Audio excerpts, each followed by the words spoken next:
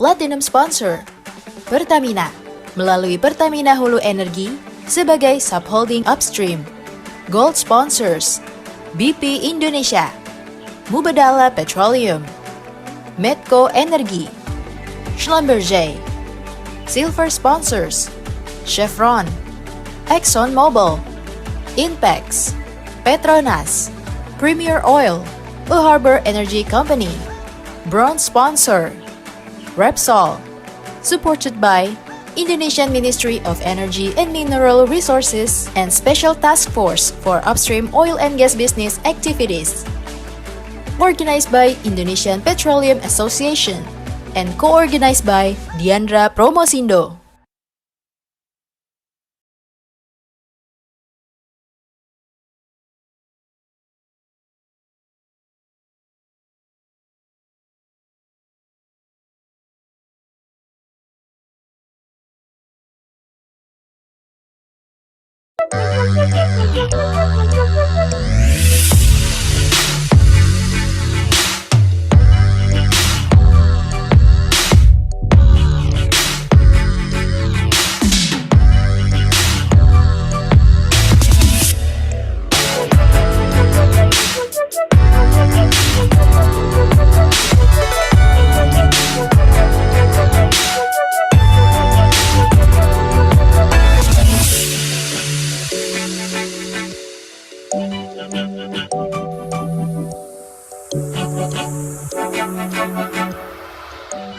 Platinum Sponsor Pertamina melalui Pertamina Hulu Energi sebagai subholding upstream.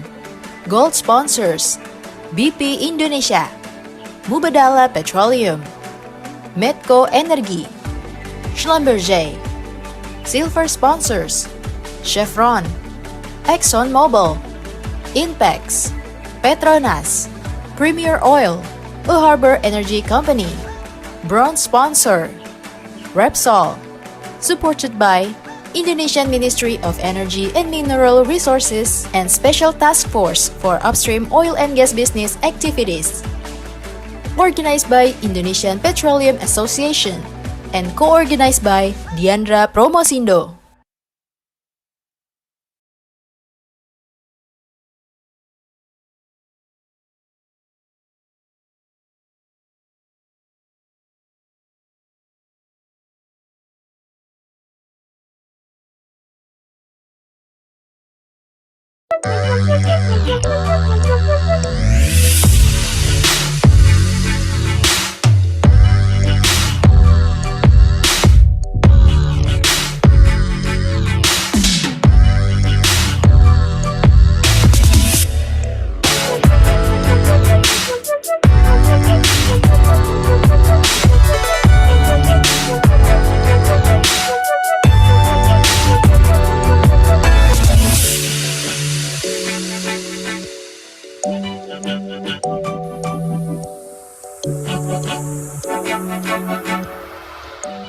Platinum Sponsor Pertamina melalui Pertamina Hulu Energi sebagai subholding upstream. Gold Sponsors BP Indonesia, Mubadala Petroleum, Medco Energi, Schlumberger.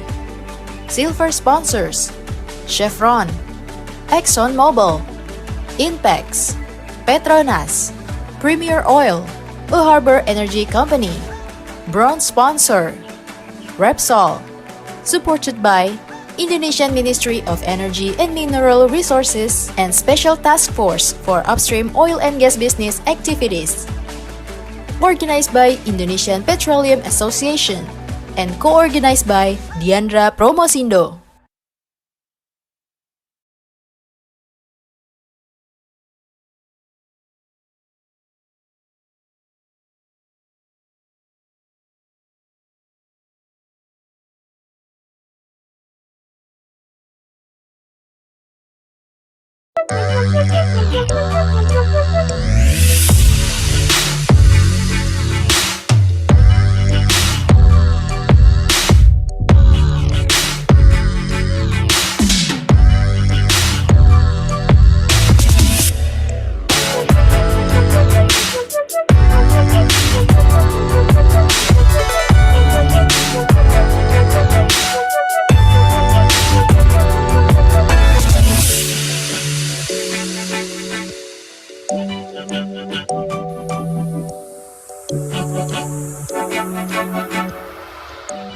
Platinum Sponsor Pertamina melalui Pertamina Hulu Energi sebagai subholding upstream. Gold Sponsors BP Indonesia, Mubadala Petroleum, Medco Energi, Schlumberger. Silver Sponsors Chevron, ExxonMobil, Inpex, Petronas, Premier Oil, A Harbor Energy Company. Bronze Sponsor Repsol, supported by Indonesian Ministry of Energy and Mineral Resources and Special Task Force for Upstream Oil and Gas Business Activities.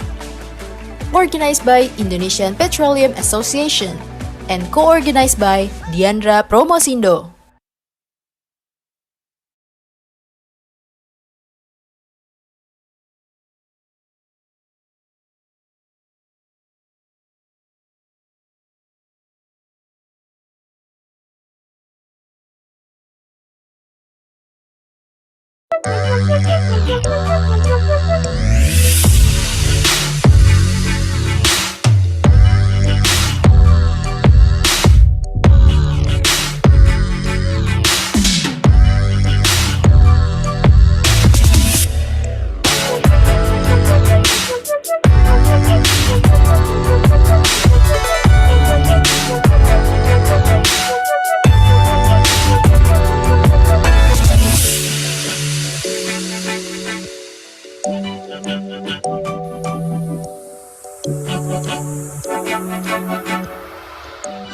Platinum Sponsor Pertamina melalui Pertamina Hulu Energi sebagai subholding upstream. Gold Sponsors BP Indonesia, Mubadala Petroleum, Medco Energi, Schlumberger.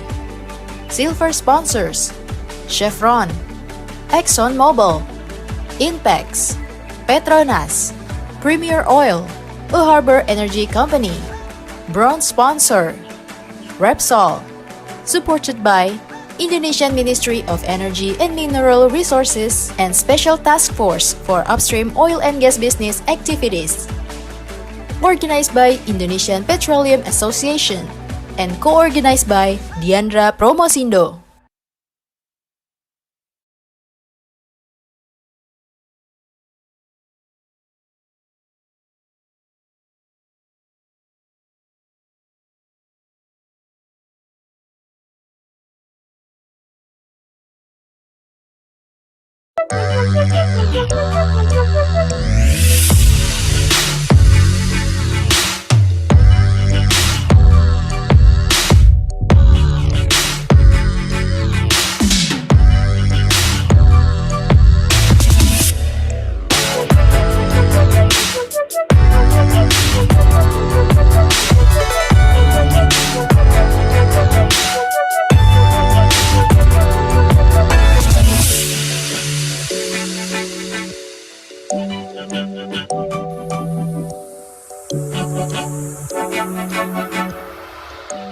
Platinum Sponsor Pertamina melalui Pertamina Hulu Energi sebagai subholding upstream.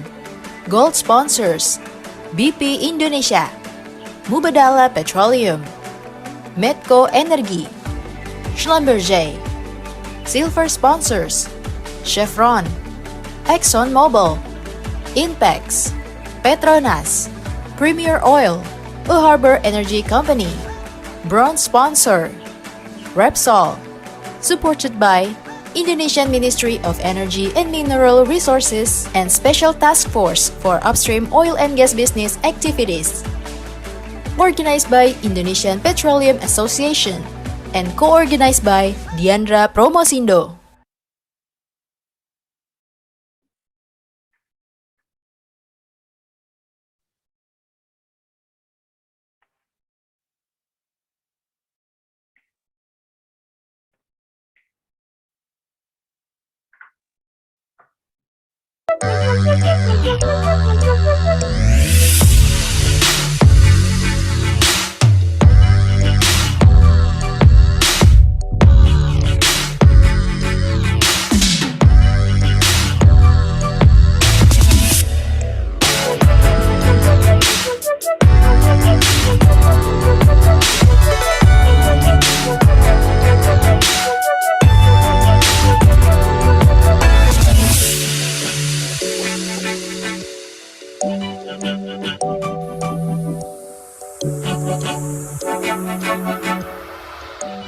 Platinum Sponsor Pertamina melalui Pertamina Hulu Energi sebagai subholding upstream.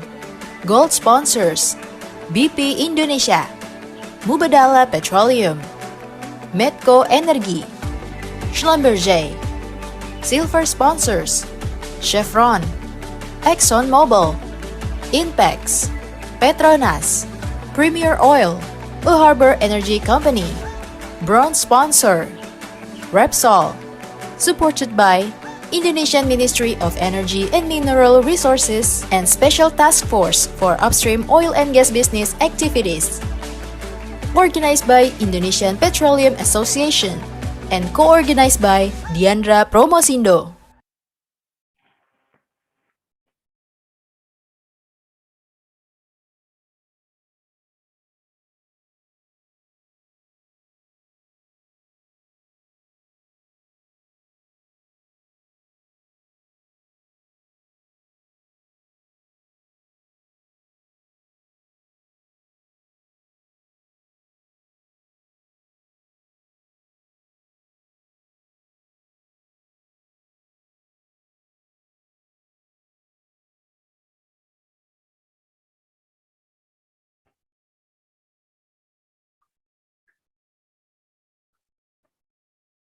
Good morning, everyone, and welcome to the session at the IPA this morning. Our first paper, we have 3 papers this morning, and our first paper is from Mr. Jun Wang on the topic of unlocking the potential of conventional narrow azimuth data by FWI, a deep carbonate imaging case study.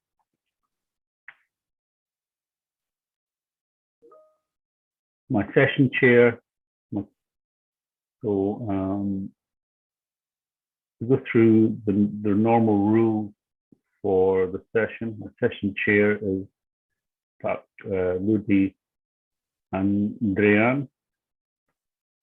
And myself, I am Derek McClure from Berlin, Dynamics and Posta.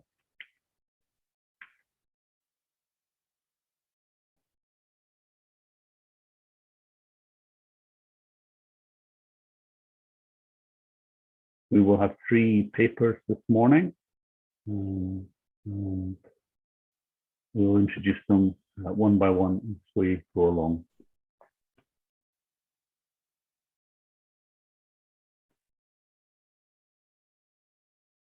All the information in any of the presentations is copyrighted by the IPA. So you may view it, but we are not to take any electronic copies or screenshots. So please enjoy the information given and understand that it is part of intellectual property of IPA. So do take an interest in the papers, collect up questions and answers, questions to be asked, which are typed in the Zoom chat, which we'll come to later.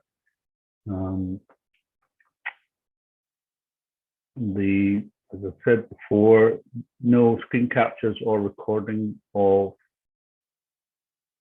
talks. Let's continue on to start the session. First paper this morning is from Mr. Jun Wang. So Jun Wang is the imaging project leader from CGG. He has a bachelor's degree in geophysics from Northeast Petroleum University of China and a master's degree from the Research Institute of Petroleum Exploration and Development, China. His co-authors, Mr. Yo Yong Hee, Putri Supriyandini, Fahro Yusri, and Ibu Natalia. And I'm afraid that I cannot see her name because the the screens are up there. So apologies for your second name, Natalia. The paper is entitled Unlocking the Potential of Conventional Narrow Azimuth Data by FWI, a Deep Carbonate Case Study, Offshore Indonesia.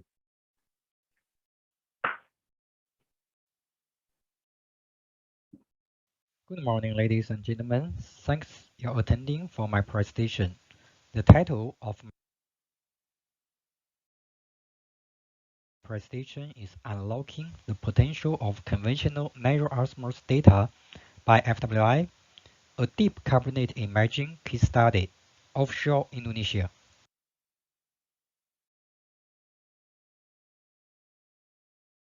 Here is the outline of this presentation. First is the problem analysis. Then is the time lag FWI with narrow azimuth data and two strategies. First is the low frequency conditioning, then is anisotropy updates. After that, we will show you the result QC and conclusions.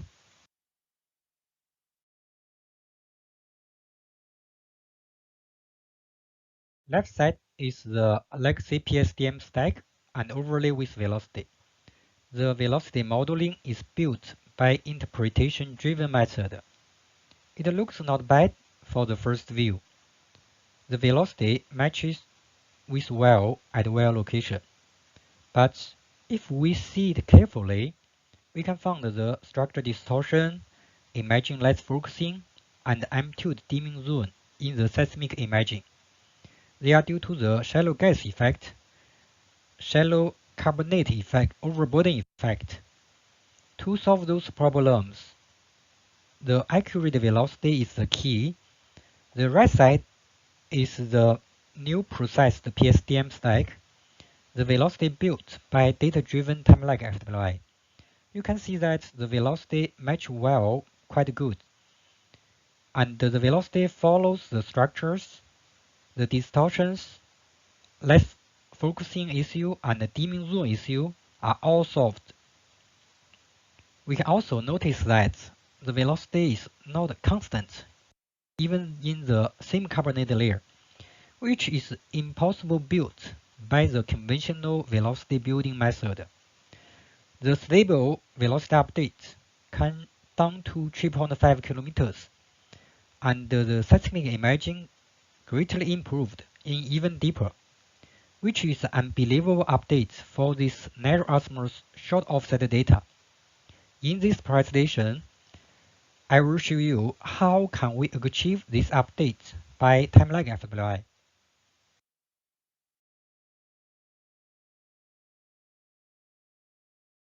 Then what's FWI? FWI is data-driven velocity update method, which starts from the initial model to build the synthetic shells. After that, compare the synthetic and the real data and calculate the cost function based on the difference. Then backpropagate the residues to velocity perturbation and add back the perturbation to initial model. After tens of iterations, we can get the final model, which can matches better with real data.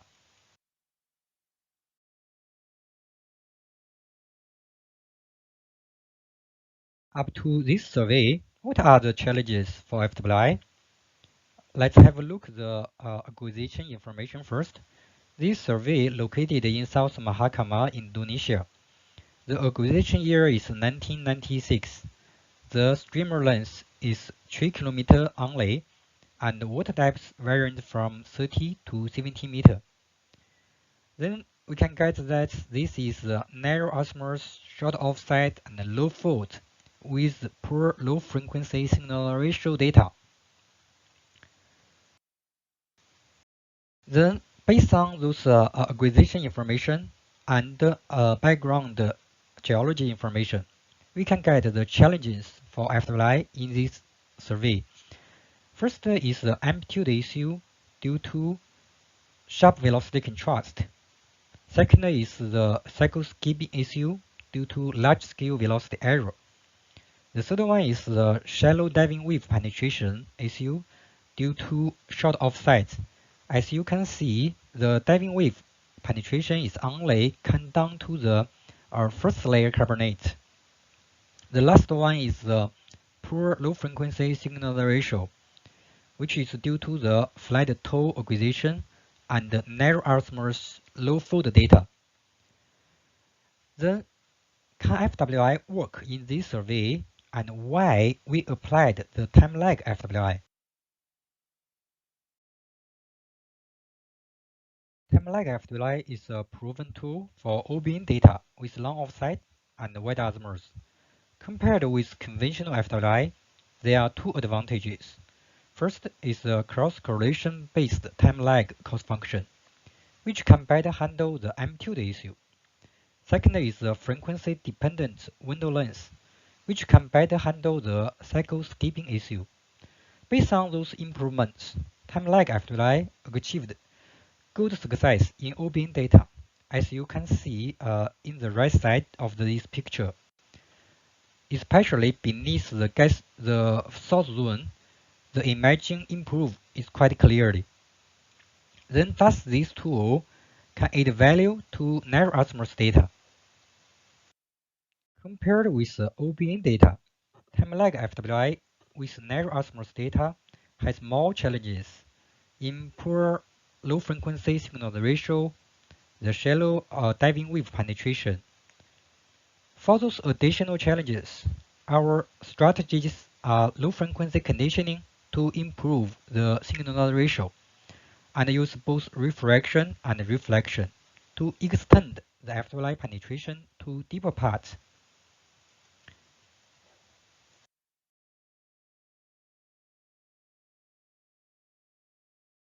Then we will talk about the low frequency conditioning.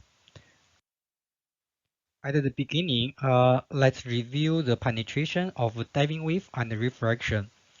The max penetration of the diving wave is limited by the max offset.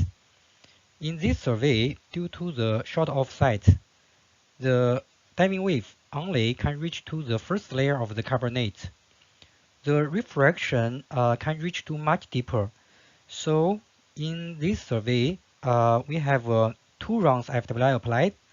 The first round FWI with the diving wave dominates to update the shallow part only, and the second part FWI with both diving wave and the refraction applied to update both the shallow and the deeper part velocity. And also be remembered that the good background velocity and anisotropy model is also needed before the second pass FWI, which we will talk it later. And also we need to pay attention to the inputs for the FWI, especially the low frequency signal ratio. Make sure that FWI can start as low frequency as possible.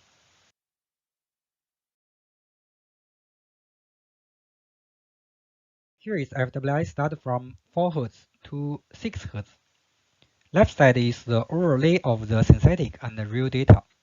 Blue and red are the trough and peak of the real data. Black is the trough of synthetic data. If the black can whole cover the blue, means the synthetic good matching with real data. But from this test, we still can see the blue events in far offset. This means the cycle skipping issue still exists. And also, we see that the cross correlation also show lower values.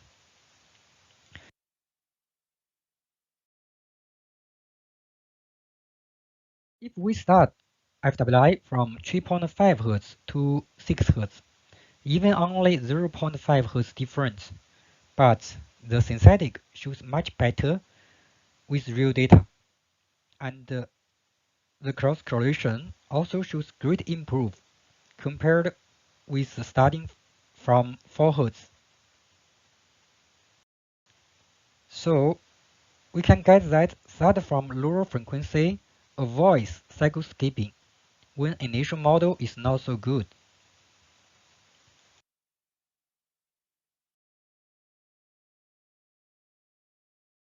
But in this survey, we found that the low frequency is not good due to the tall cable acquisition and low fold. As you can see in the left picture, this is the 3 Hz low pass data. The signal-to-noise ratio is quite bad. If we run FWI based on this dataset and also update it to 6 Hz, then we can see some anomaly velocity or artifacts in the updated model. After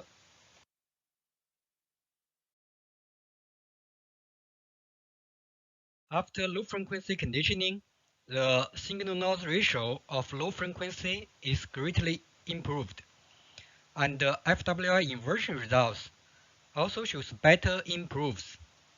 From this test, we can also get that the low frequency is important for FWI, but low frequency conditioning ensures that FWI can start from as low frequency as possible.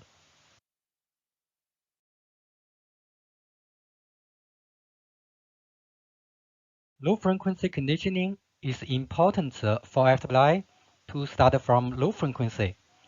Anisotropy model is another important factor for the success of FWI due to the coupling between velocity and anisotropy model. Then back to the proposal flow. As you can see, the velocity seen by diving wave and the reflection may differ significantly. Diving wave travel nearly horizontal, or reflection travel more in vertical direction. So you always can see that the gathers are not flat after FWI. This is usually attributed to the improbable estimation of anisotropic model. A prior step to estimate the anisotropic model is needed for the second pass FWI. A joint refraction and diving wave tomography will be present in this presentation.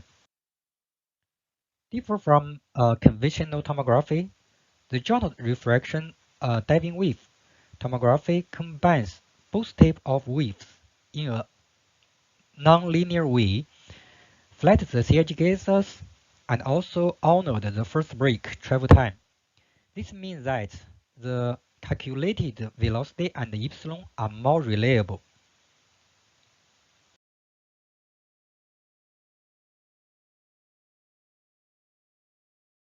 Here is a compare of epsilon before and after joint tomography. You can see the left side before joint tomo update. The epsilon is affected by the local velocity. Then after the joint tomo update, the epsilon follows the structures better and less affected by those anomaly velocity.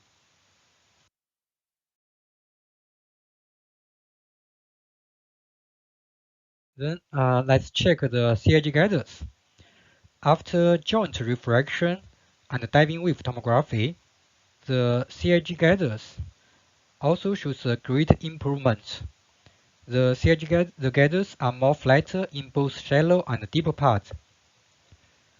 After this anisotropy model update, the second pass FWI can be run. Then let's have a look at the final results.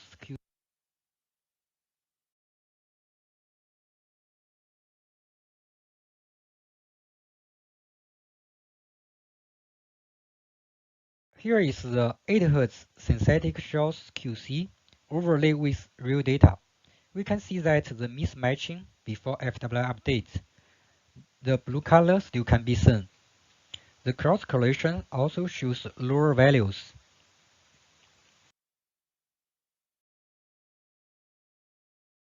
After time lag FWI updated, the synthetic matches with the real data much better.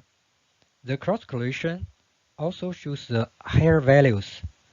All those information told us that the FWI updated velocity close to the true velocity.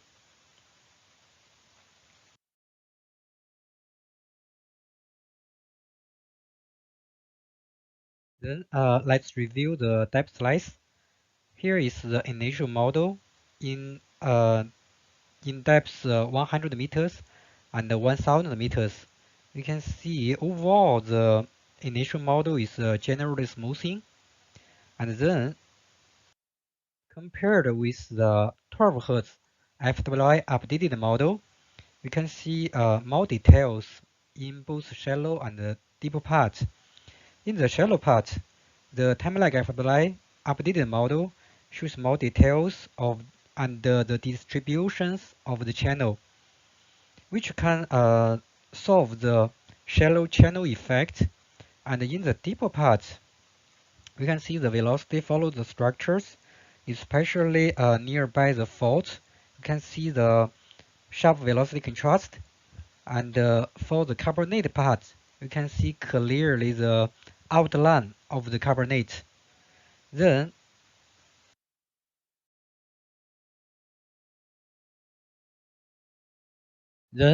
compare with legacy final PSDM velocity, we can see in this legacy velocity with much less velocity details.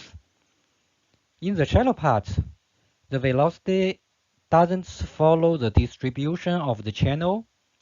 This may create the sagging effect. And in the deeper part, we can see the faster velocity leakage, especially nearby the big faults and the carbonate platform. This may also create the distortions and the sagging effect in the deeper part.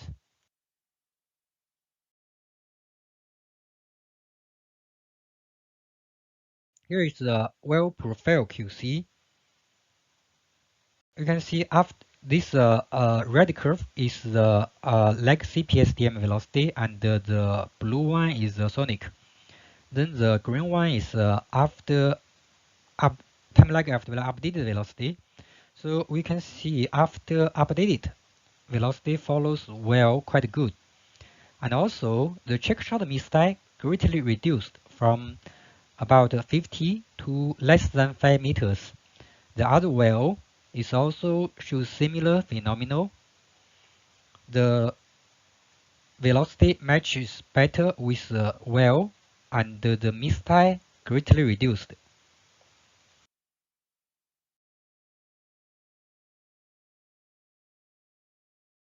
Then I will show you the section QC.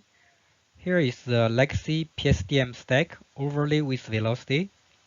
Even the legacy velocity looks not bad at the well location, but in the seismic, we can see the distortion, the sagging effect, the shallow overburden effect, the dimming zone.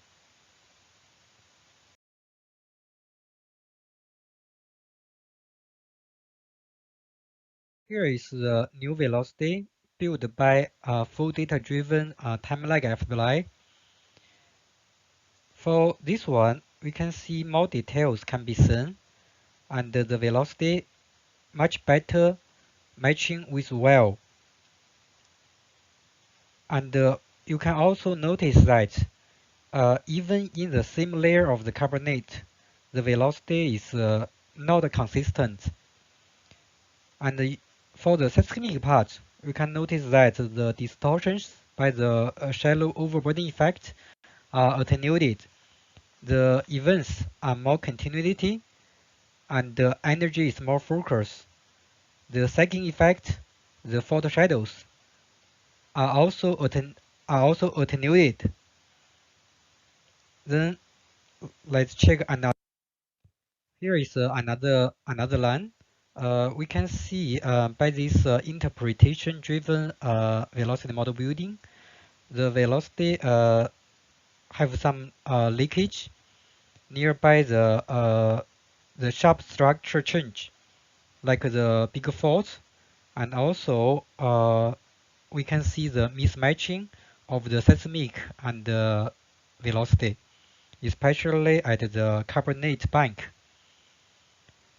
For the seismic part, we can see the similar issue like the shallow overburden effect, the deeper distortions, the for the shadows, and then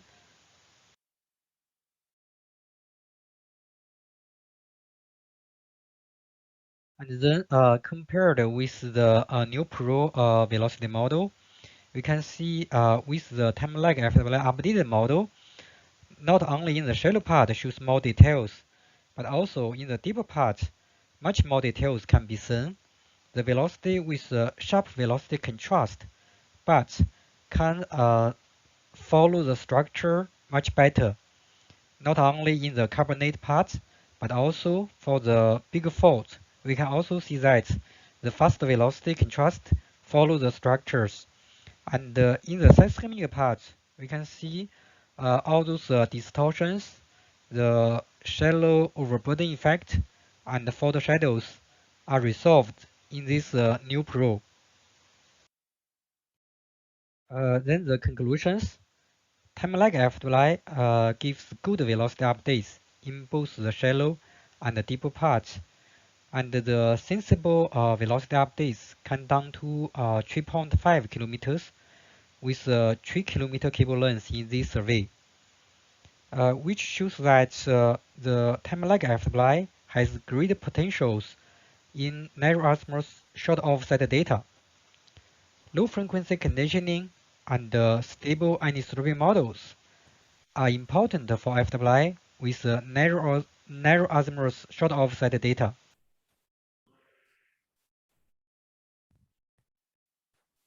Finally, I want to thanks to Pertamina Hulu Mahakam and the CGG for the permission to publish this case study. Also, I want thanks to people involved in two companies for the great efforts and the valuable suggestions. Thank you. Any questions?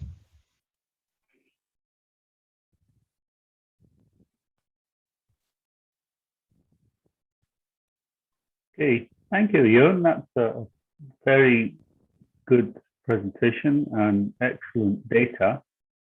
We've got one question here.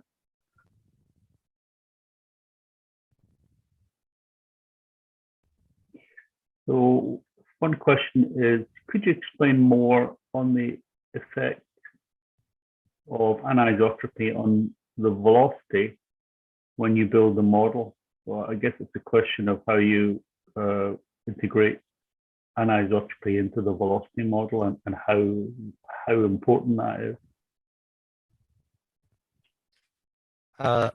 Okay, thank you, Derek, and thanks for the question. It's a quite a good question.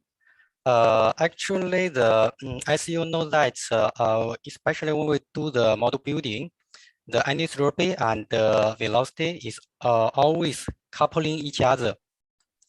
So in this case study, can we go back to the slides?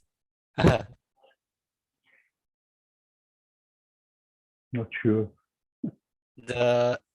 Slide 19 and 20.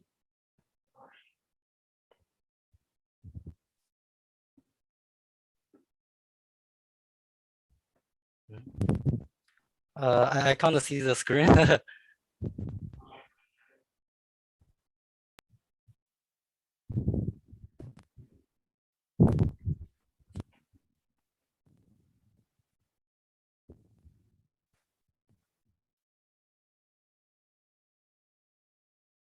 19 and 20, yeah.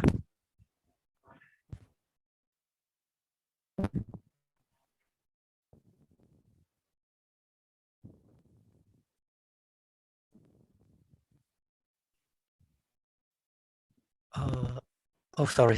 Not this one. The 22, yeah, sorry.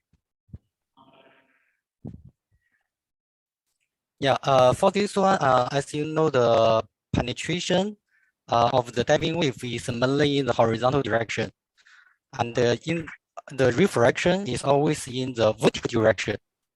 So the velocity seen by the diving wave and the reflection have a greater difference. And after FWI, we always see that the gathers is not flat. So the reason is mainly due to the wrong estimation of the anisotropy. For this one, we use joint tomography, use both the refraction and the diving wave to update the anisotropy. And go to the 23. For the conventional anisotropy update, we mainly use like the residue move out. If only use this information to update the velocity and anisotropy, it always have some problems, and you also can see that the useful angle is quite limited. Useful offset is quite limited, especially in the shallow part. But if we use both the refraction and the diving wave, then we can reduce a lot of the uncertainties and improve the stable of the anisotropy update.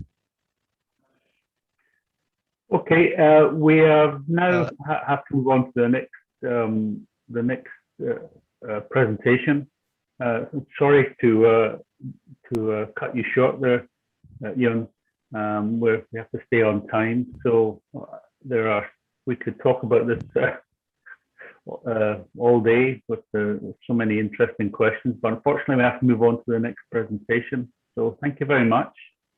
I think that's a tremendous result, and unfortunately we just have to go on to the next speaker. Thank you.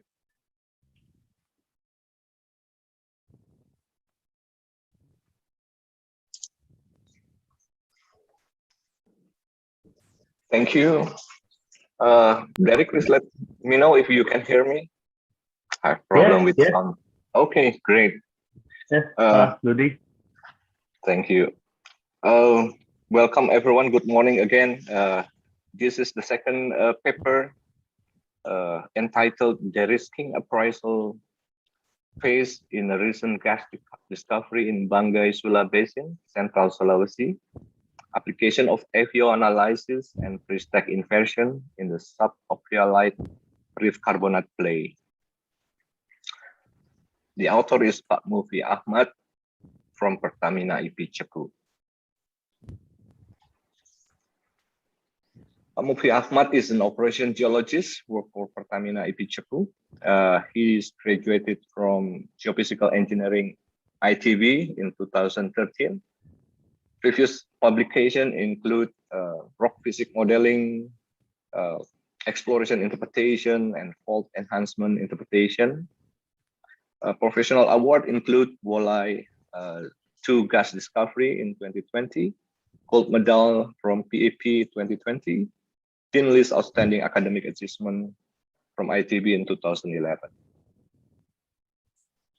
Co-authors is they are Pak Ari Naskawan from Pertamina IP Cepu, Pak Hendradsa, Pertamina IP, Pak Yudi Herdiana from Pertamina Hulu Rokan, and Ibu Tika Pertiwi from Pertamina Hulu Rokan. Without further ado, let's hear the presentation.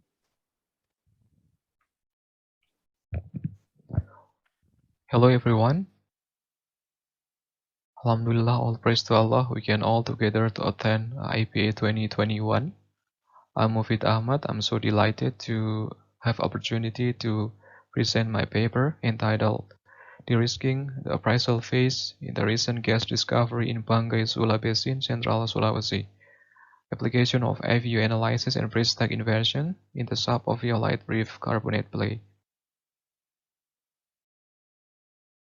This is the short story of the successful exploration drilling campaign in the last few years by Pertamina IP. We have just discovered a new gas field in 2017, and today we would like to share how we successful to tackle the exploration challenge during appraisal project of the newly discovered wall structure. All right. This is the outline for today, starting from background, problem statement, motivation, data and method. Number 3, result, discussion, and Q&A. Right, let me open with the brief regional geology of the study area. The study area located onshore of East Arm Sulawesi, approximately 90 kilometers from Louk City to the south. This area was known as Donggi Matindok Block. The block was actually a complex zone where we can find a collision between Banggai-Sula microcontinent and ESO or East Sulawesi Ophiolite. The Banggai-Sula microcontinent originated from Australia Creighton to the east and traveled to the west, arrested by the ESO, produced a megastructure or a huge structure of thrust fault belt named Batui Thrust. The study area located somewhere near the thrust fault belt. This picture shows the simplified exploration play in Banggai-Sula region. From west, we can see a huge structure of Batui Thrust that brings upward the oceanic crust material or the ophiolites, followed by redeposition or rework towards the study area. In study area, we can find most producing play, that is play type A, Sub-Ophiolite Miocene Reef build-up play, that is Miocene Mentawa Reef build-up covered by the ophiolite on surface produced by thrusting of Batui Thrust. So regarding the overthrust of ophiolite on surface, there are three exploration challenges that we face for exploration at the moment. The first challenge is signal quality, especially for seismic data. The seismic data covered by the ophiolite on surface has a relatively poor quality compared to the area with no ophiolite on surface. The second one is velocity variation. The high velocity of ophiolites gradually decrease and disappear to the south, creates velocity variation or lateral velocity variation during the seismic data processing. The next challenge is the challenging seismic reservoir characterization. This is how we can derive the attributes underneath the ophiolite body from the available seismic data. Right, the first two issue has been addressed. The first issue of signal quality has been solved using 5D interpolation, and the next velocity variation has been solved using pre-stack depth migration. These two subjects has been written in other paper and discussed separately. Today we will be much more focused on how we perform seismic data characterization for appraisal purpose, that is predict hydrocarbon distribution. We propose using AVO analysis and pre-stack inversion. Okay, the data set we use well data from the latest well named well 001 and well 002. Each well has VB or VS density and petrophysics as well. We do have also supporting data like VSP, reservoir PVD data, and lab analysis. The latest seismic data we used was the latest data from 5D interpolation PSDM. It is NMO corrected already with medium to good quality. And the interpretation covers the main producing reservoir of Mentawa limestone and two horizons above and below the objective. Okay, the next is the workflow of how we perform AVO modeling, AVO analysis, and pre-stack inversion. Start from well data conditioning, we proceed to rock physics, and from the rock physics, we determine if we need to perform seismic inversion or not. If yes, we proceed to seismic data conditionings. and we continue to AVO observation at well location. Meanwhile, from rock physics, we continue to AVO modeling at well, and we compare if the AVO modeling at well are consistent or similar with the AVO observation from conditioned seismic data.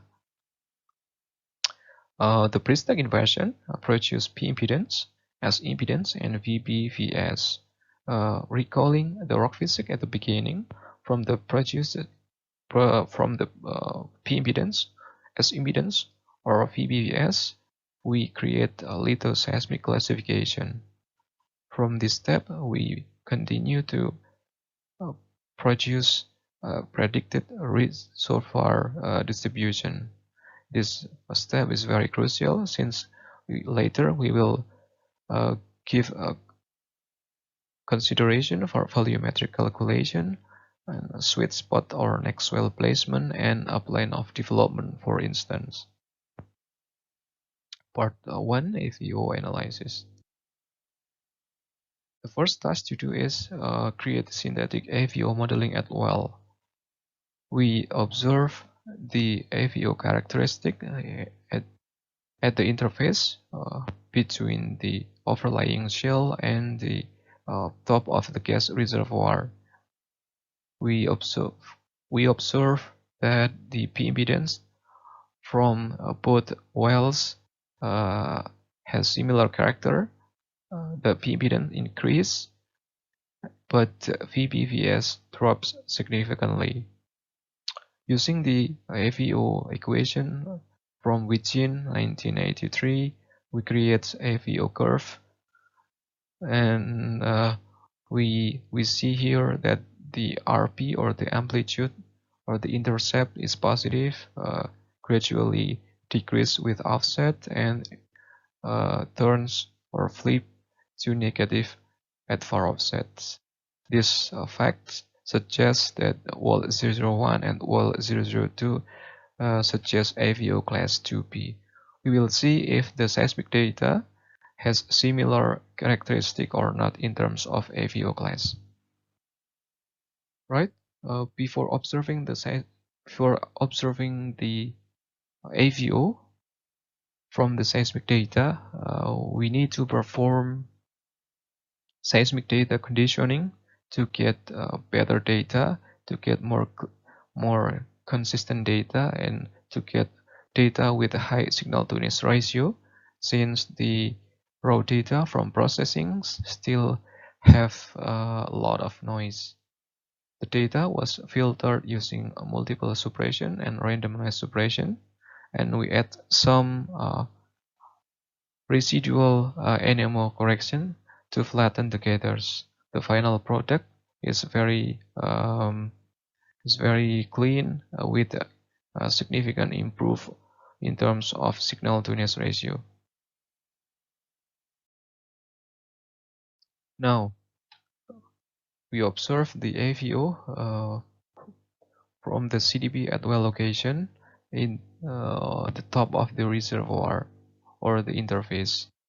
We can see that the positive intercepts gradually turns to negative at far offsets.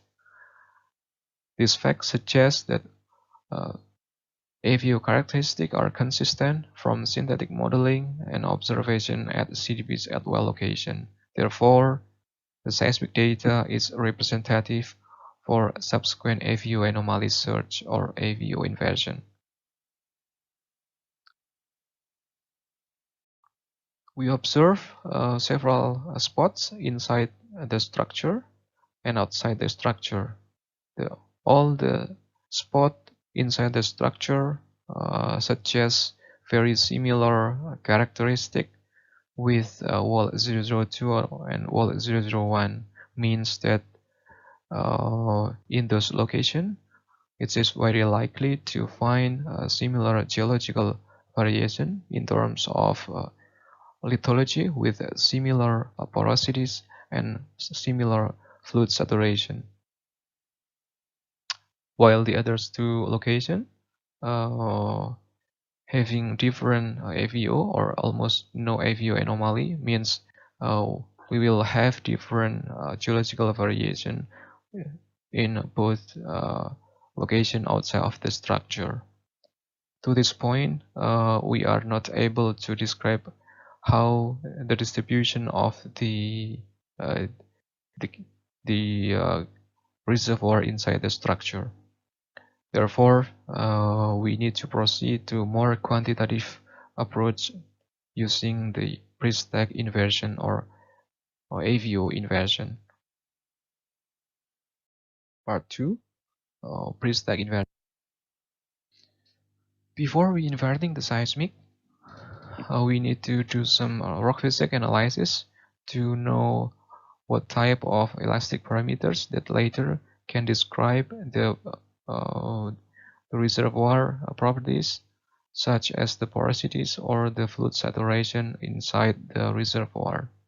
So we made P impedance against S impedance cross plot, and the result is very interesting. It's such a typical or such a textbook cross plot, like we can see from Kastagna 1985, where we can see the gas cloud or gas reservoir is away from the wet line. The same thing we can see from the cross plot between P against S impedance. Later, we will try to extract the data away from the wet line. The pre-stack inversion is started using conditioned gathers, as we discussed previously, followed by the wavelet extraction from the conditioned gathers, continue to well tie and generating low frequency model. The low frequency model is generated using the available interpretation and the available well data. After all of the inversion parameters established, we perform seismic inversion to produce P impedance, S impedance, and VBVS. The next to do is to check how precise the P impedance, S impedance, or VBVS.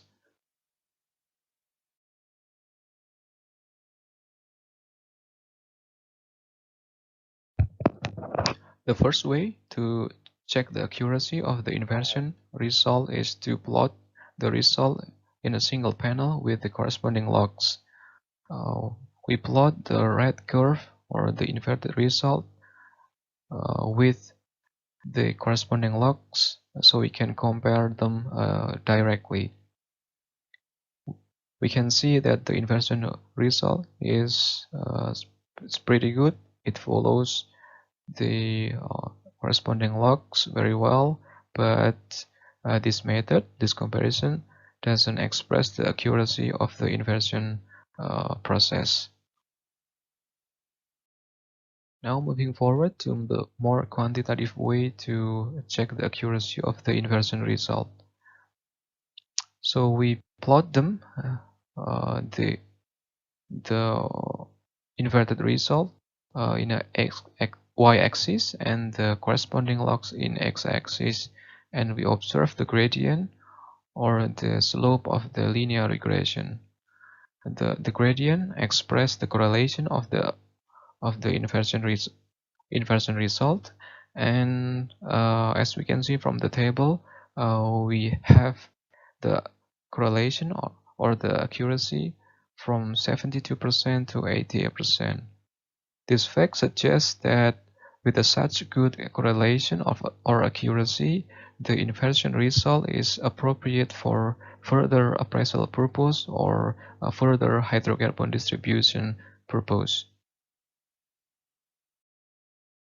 Now recall at the beginning that we made P impedance against S impedance cross plot, and we want to display the expected hydrocarbon distribution from the cross plot.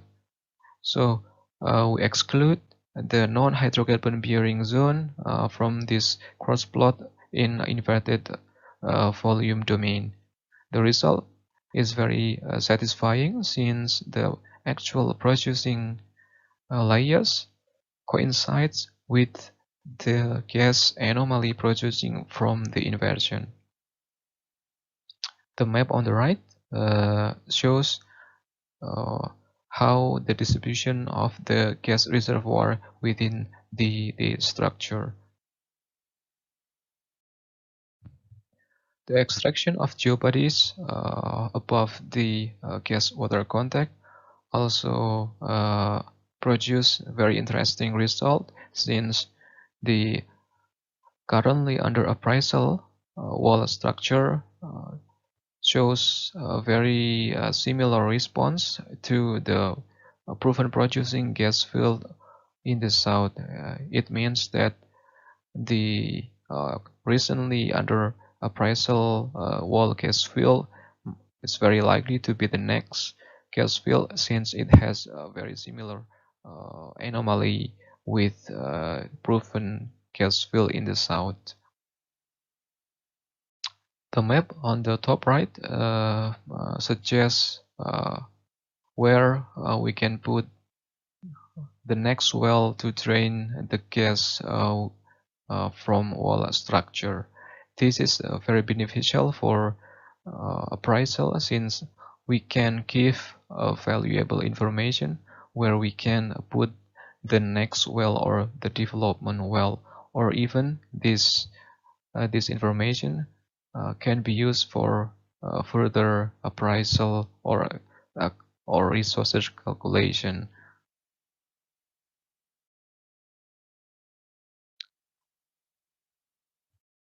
Now, the conclusion is the AVO analysis and pre-stack inversion has successfully provided the information of hydrocarbon distribution prediction, which is very beneficial for appraisal purpose over a newly discovered wall structure in Banggai-Sula Basin. Generally, the project has successfully tackled very challenging conditions underneath ophiolite deposits and expected to lower the uncertainties, prevent wrong business decision, and avoid the financial loss. This paper was not possible without the contribution of all of my colleagues in Pertamina EP, especially area for appraisal, ERS, processing teams, and Mr. Adi Widiantoro for the discussion and encouragement to make this paper possible. Thank you very much.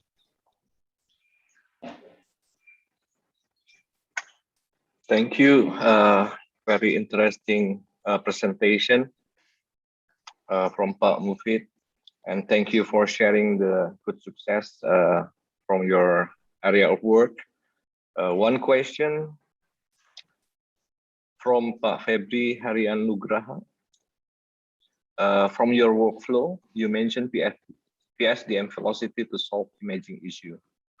So how does velocity follow the structure, especially on carbonate?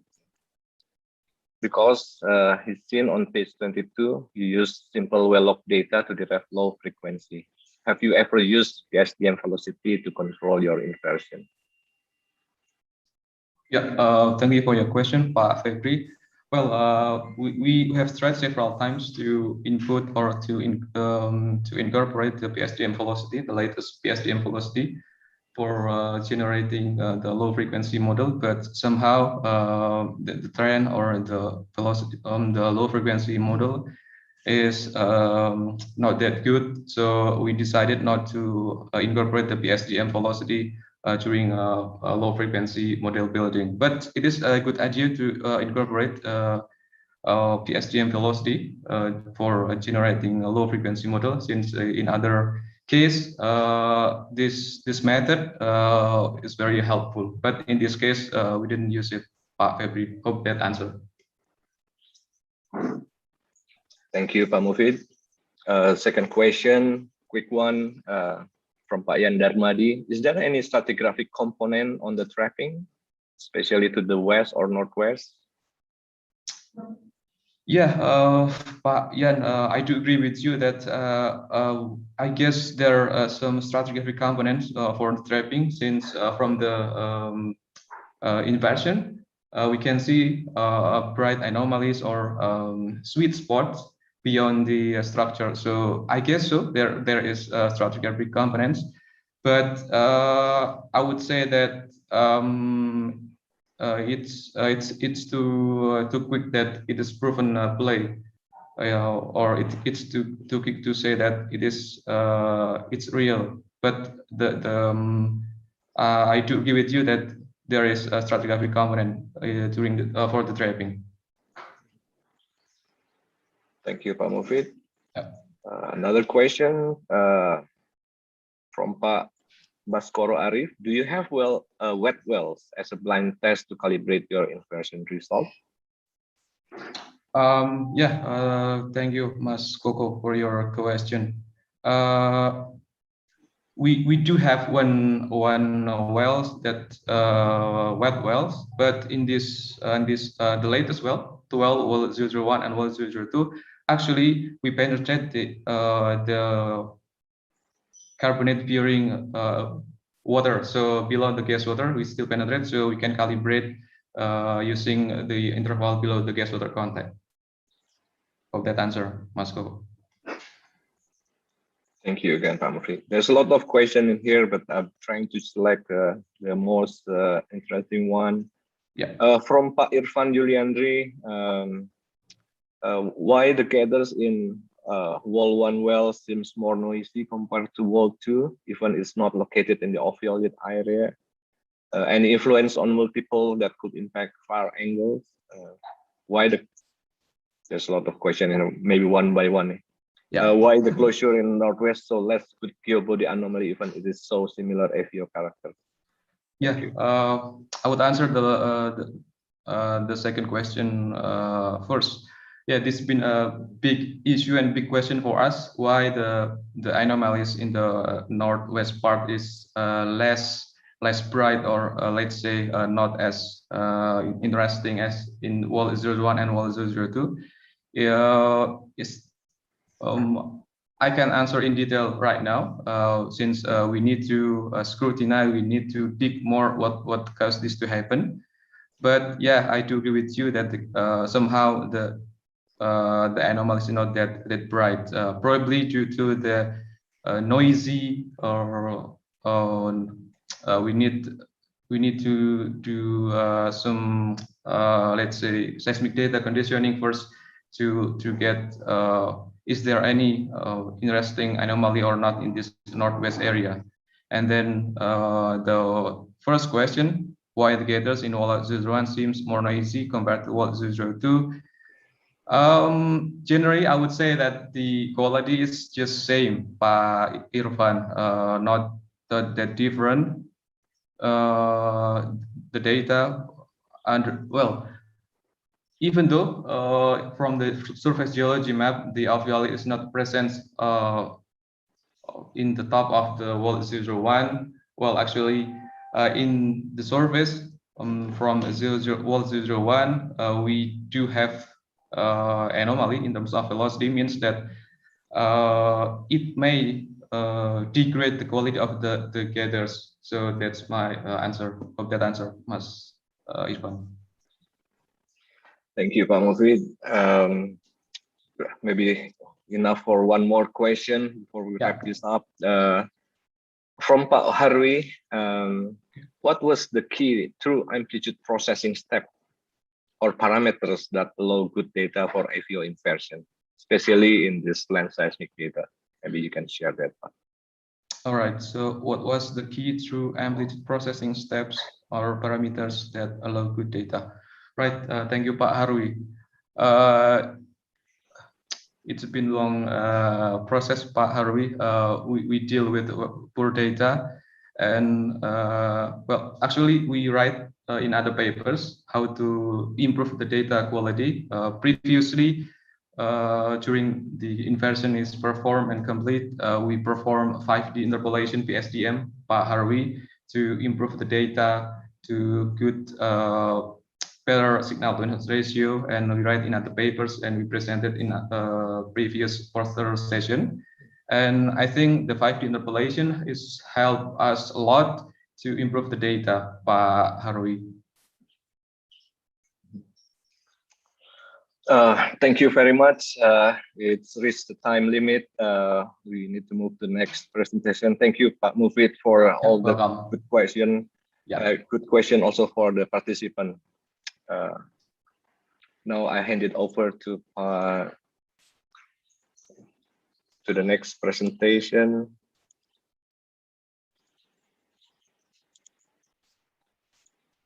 Pak Derek will host this one.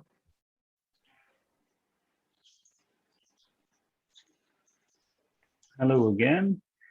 So our next paper is entitled Imaging of Subsurface Velocity Structure on Volcanic Area of Southeast Java, an application of passive seismic ambient noise tomography for sub-volcanic hydrocarbon exploration. Wow, that's a lot for this time in the morning. And our author is Ponga Wardaya, who is at URTI Pertamina. Wardaya has a degree in physics from ITB. And its co-authors are Erlangga Septama, Vida Irini, Rusalinda Raghuvanti, and Richie Pratama. Please, paper, Imaging of Subsurface Velocity Structure on Volcanic Area of Southeast Java, an application of passive seismic ambient noise tomography for sub-volcanic hydrocarbon exploration. Please continue, sir.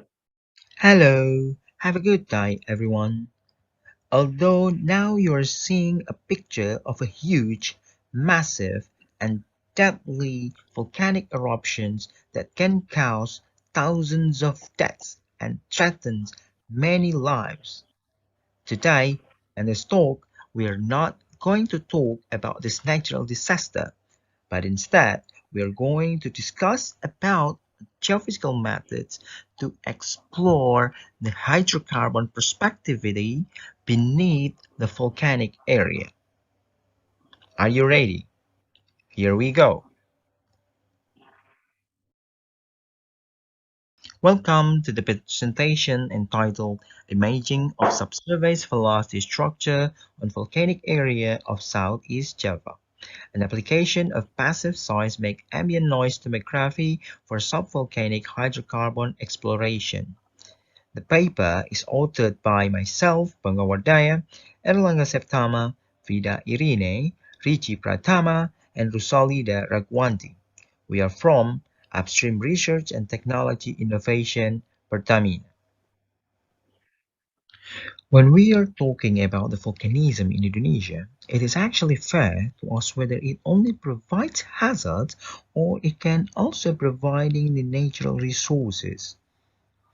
We realize that this archipelago sits in a ring of fire where thousands of volcanic mountains sitting in the highly populous mountains which can potentially become the major threats to many lives. But we cannot also neglect that for many years, people in this archipelago have been benefiting so much from the natural resources provided by the volcanic activities.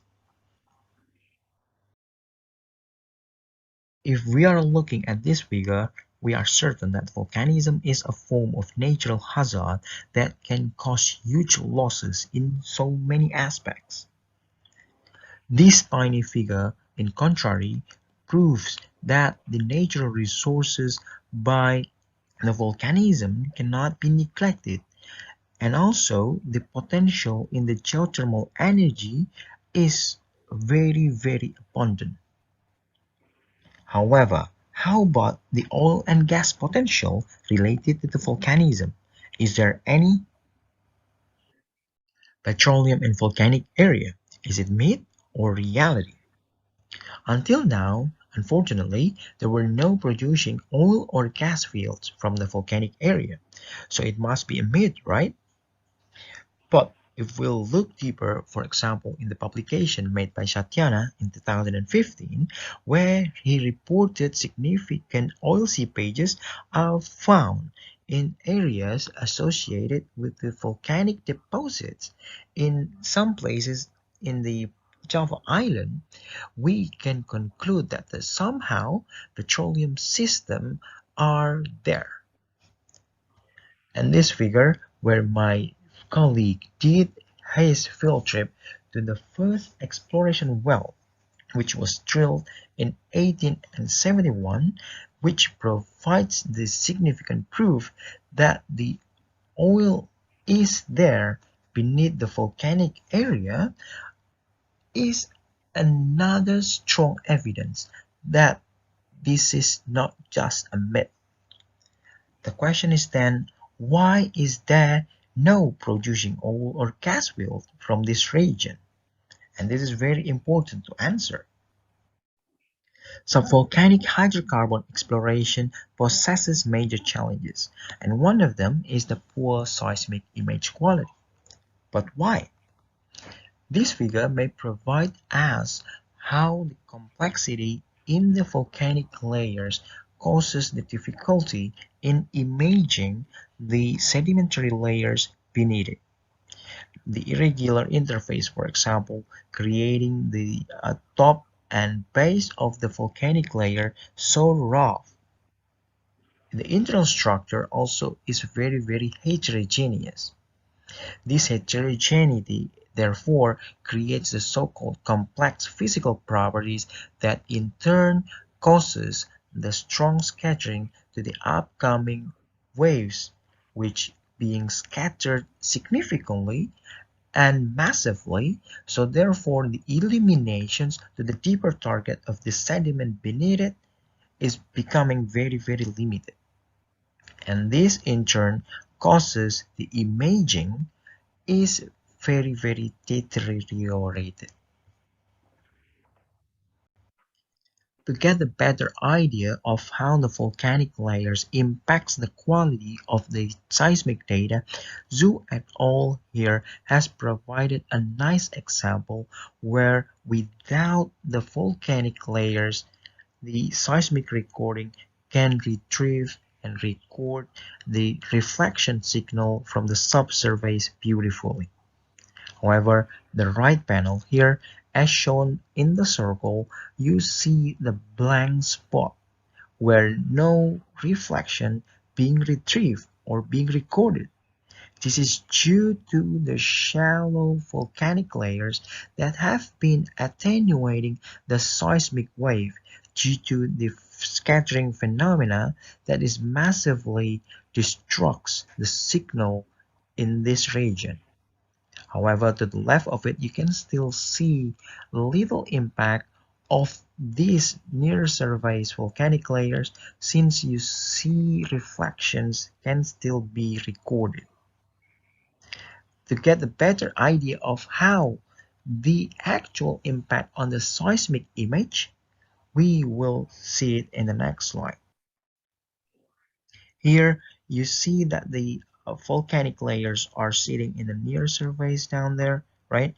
And without the coverage of the volcanic layers, we can still see a beautifully reflectors that can be interpreted confidently, right? However, this blank zone is very difficult to be interpreted. It contains so much uncertainty, and the reflectors is kind of like just missing in this point. And this is due to the shallow volcanic layers sitting there. But the technological advancement in the recent years have provided us the solutions to this, although may not cover fully to solve the problem. At least the selection of the broadband source, which can ensure the lower frequency content of the seismic energy to penetrate deeper, may provide significant improvement, as well as the deployment of the large source to ensure that the enough energy is penetrating the volcanic layers and therefore improves the illumination to image the deeper target, may also become a potential solution.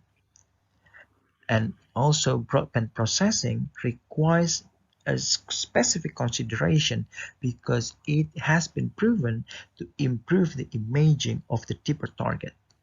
Long offset acquisitions may also be needed. And last but not least, the pre-stack depth migration workflow might be needed in order to overcome the velocity variation issue. So therefore, the imaging can therefore becoming much better. However, all of these solutions is highly costly. This comes with a very expensive return. Therefore, we need a more cost-effective exploration method, which is the actual topics or the main topics of the talk today. Ladies and gentlemen, in this research, we used passive seismic ambient noise tomography method to obtain the characteristic of the subsurface beneath the volcanic layers. Utilizing ambient seismic sources such as the ocean waves or changes in the pressure in the atmosphere such as winds and etc., as also been noted by Sneeder and Wapena, we try to obtain the subsurface characteristic. These waves are diffusive in nature and mostly dominated by the surface wave, which we know is dispersive in nature. So by employing its dispersive character, we can obtain the Rayleigh surface wave characteristic by utilizing it to do such tomography via the green function retrieval. The green function extraction from the seismic signal can be mathematically expressed by these relations. However, we are not going too much into detail into these equations, but this is important to note that if you can imagine you have like so many sources from so many random locations, and imagine that you have two receivers. So these two receivers will receive the different seismic signals. If when you correlated the signals between these two recordings, they will create the so-called impulse response, which is the character of the subsurface the waves are propagating at. So this is the underlying idea of this methodology. The main objective here is to reveal the subsurface velocity structure beneath the volcanic deposits. In this slide, we show how the ambient noise measurement is taking place. In this map, we utilize 70 broadband seismometer networks from the Bureau of Geological Survey (BSG), which was deployed in this black notations, as the dots inside the red polygons here. And also we use also the data from the seismograph networks of PMKG shown by the yellow triangle over there. We also utilize the portable seismographs deployed by Marta in 2017. So here we use not only the local data where we deploy our 70 seismometers, but we also make use the data from the more regional measurements.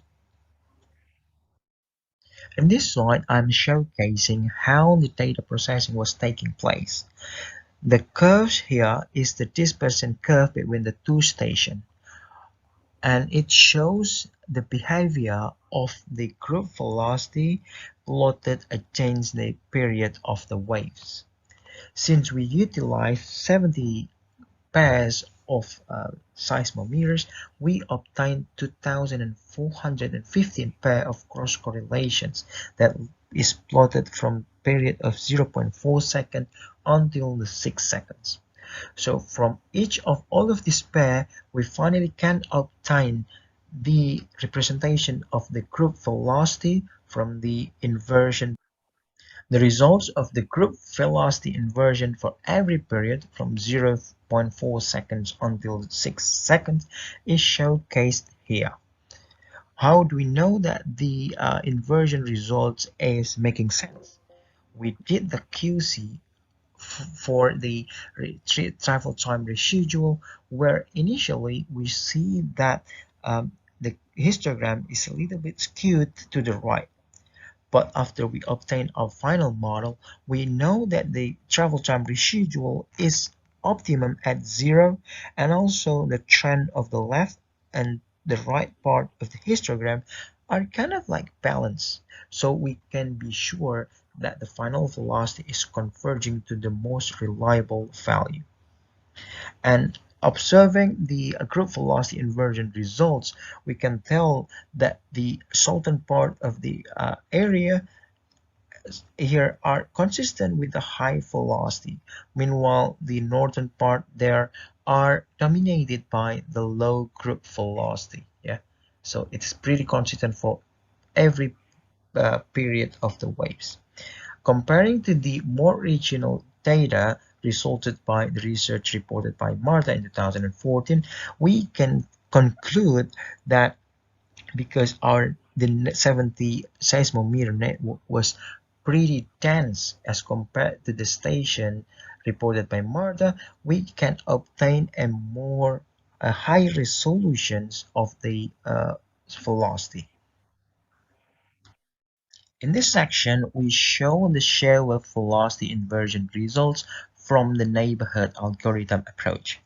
So based on the group velocity results, we run inversion procedure by utilizing 188 grids, where we obtain the shear wave velocity at 0.4 seconds shown by this figure, right? And in every grid point, we will have the 1D shear wave velocity depth profile that looks like this one, and by showing you this one, which is the depth slice of the shear wave velocity trend, we can see how the velocity of the subsurface, especially the shear wave velocity, changes in depths. So we are plotting from 0.1 kilometer, 0.2, and up going next deeper in 0.5 kilometers, and you can still see at the southern part it is dominated by the high velocity. All right, so going deeper, we can also see consistent velocity, high velocity in the southern part until like 2 kilometers, and lower velocity in the middle area until the northern part. Okay, so going deeper in until 3.8 kilometers, we consistently still observe high velocity in the southern region and lower velocity in the middle and the northern part. Okay, so going deeper, we obtain the subsurface shear wave velocity until the depth of 6 kilometers. Okay, so we evaluate how consistent the data is, and we believe if the low velocity is associated with the sedimentary layers beneath this volcanic layers, it can be true. However, regarding the resolutions of our data, which quite limited due to the pretty far distance between each station, we may not be as confident to derive to that conclusions. To see how the sections, we create the depth sections from west to east in several lines, showing from A to G like that, and we can see the trend of the seismic velocity. However, we cannot really be sure and confident to pick on which actually the sedimentary layers or where the volcanic layers are sitting and how thick they are. Another show to evaluate how good our results is, we then overlay the results that we obtained from the inversions with the one from the Marta 2017, which is pretty more regional. All right, so we can see that around this location we take sections which is shown by line C here, and we obtain a more higher resolution velocity at this location as compared to the other region, or for example as compared to A and B. So another part showing the south north-south line directions, and also been showcasing that the contributions of the 70 network, which provides a better resolutions on the seismic data, is showcasing that it's pretty much like giving the similar or consistent trend with the regional results. Okay, so from here we can observe that we have obtained a pretty reliable subsurface ice-wave velocity structure, and by utilizing dense seismogram network, it correlates with the higher resolution velocity structure. As wave velocity resolution is still too low to obtain a reliable interpretation for the sub-volcanic sediment or sub-volcanic for the volcanic deposit itself. And we recommend that we may use the joint inversion with the gravity or magnetotelluric data. And for future directions, we suggest that the reduction in the receiver spacing has to be made in order to improve the resolutions, and also the employment of the passive seismic interferometric to reflection imaging. We would like to acknowledge Pertamina management for providing us support to publish this data, and also for the ITP team and PSG who have become the great collaborators for this research. Thank you very much for your attention. Bye bye.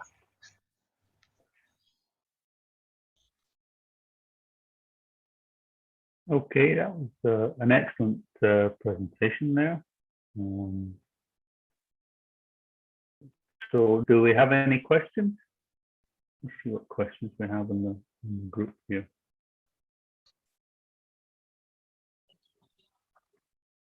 One I would like to ask is on the comparative cost of the passive seismic compared to active seismic. So going out and shooting a survey to get a 6-second image, and what is the comparative cost of using the passive seismic method over conventional seismic? So thanks, Mr. Derek. If we're talking about the cost, actually, to assess it more quantitatively and providing a reliable answer, actually, we have to assess on how much it is for the active seismic reflection survey, how much does it cost to cover the same area. But we can ensure that here, because we only deploy our seismometers and leave it and only make some sort of downloading the data from the instrument, just keep it there without doing any active source, it is much cheaper. So we can tell that it's going to be about less than 10% of the actual seismic active reflection survey.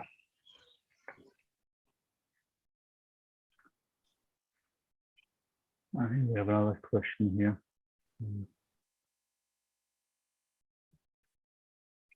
So this is from Dimas Masponga. Suppose a company would like to do sub-volcanic hydrocarbon exploration. What is your recommendation for the offset distance for each measurement station? Since you mentioned the standard array used in volcanic monitoring is too sparse. Okay, so if we want to deploy this kind of techniques, actually we also need to see what is the main objective. If the objective or the goal that we want to achieve is to obtain the velocity, then we can go down for about 500 meters. It should be enough, yeah, for 100 meters for each receiver spacing in order to get the accurate velocity, especially because we want to delineate the structures of the sedimentary layers beneath the volcanic layers. But if we want to obtain the reflections, because this method actually, if we extend, we can obtain also the seismic reflections as if we do active reflection seismic survey. And that requires a lot denser spacing. So meaning that the similar to active reflection survey, but the difference is only that we utilize the sources from the subsurface depths, just like a micro tremors or earthquakes and something like that. It can be used basically to image it, but we can tell that it's going to be like about 25 meters or 50 meters of the receiver spacing would be sufficient. Okay, good. Our next question is from Ivan Milianto, and it is: any attempt to use velocities derived from passive seismic tomography for velocity modeling on conventional 2D, 3D seismic? Well, that's a pretty good question actually, and that's going to be reflecting our plan in our research. So what we can think of is that any velocity from the subsurface from any geophysical method actually is suitable for imaging in the seismic data. For example, if the velocity from the conventional seismic is not that good, and the one from the passive survey is pretty good, that we can actually like integrate those two or making kind of like a joint imaging and just compare it. But that's actually for the future research. Okay, good. Something to look forward to. Here, the next one from Umbang Purba, to do with shear wave. This is only S-wave observation to see the geological picture beneath the volcano. As far as I know, any literature published that S-wave, so it's saying that the literature says that S-wave is resistant to volcanic rock. So they recommend S-wave data more robust. So I guess the question is, which is more robust, P-wave or S-wave when you're looking through volcanic? All right, What so would you recommend? Yeah, in our recording, actually, the seismometers records almost every data, including the surface wave data, noises from everywhere, including also the P-wave data. So it depends on the processing itself. If we want to only characterize the S-wave, then we do separate, and we don't care about the body wave, which is the P-wave, right? And what we did in this research is basically utilizing the data from the surveys, and then we try to invert to obtain the characters of the seismic shear wave velocity. We can also obtain the P wave, and we do use the so-called passive seismic tomography instead of ambient noise tomography. That's the other method actually. But we can integrate if we have time. For example, later on we can showcase how the results is. So combining between the ambient noise tomography and passive seismic tomography. In that sense, we can get a more confidence in drawing the conclusions about the structure of the subvolcanic sediments. But P-wave essentially will be very, very necessary and giving so much more insights about it. And then a question here on the actual results shown from Ka Yono Agung Budi. Good talk. The higher resolution showed the relative low velocity in the survey area. Why does this happen? So what is the reason for the lower velocity? Is there an anomaly seen in the area? The data is the data, right? So whatever we are obtaining from there, so we ran the procedure like and did the QC, and whenever we are certain that our final model, the inversion results, is appropriate enough according to that QC, so we will say that, oh, this is the limitation of the data. And if we say that what we saw is high resolutions, I personally disagree to that, because that's actually, our receiver spacing is about like 5 or 6 kilometers away from each other. So therefore, that's going to be like making the resolution so low in order to capture the sedimentary layering variations within the subsurface. So when we are talking whether it is anomaly or not, I'm pretty sure that that's related to geology. But again, this is the limitations of the survey itself, which is too sparse, resulting in too low resolutions on the velocity. Okay, well, I think that that just about wraps up. There's a number of questions here, but I'm sure you could follow up in the chat there, Tonga. So that's a great presentation, and that will conclude this session this morning. Thanks to everyone. Well, thank you, Mr. Derek. Have a good day. Thank you very much. You too. Thanks.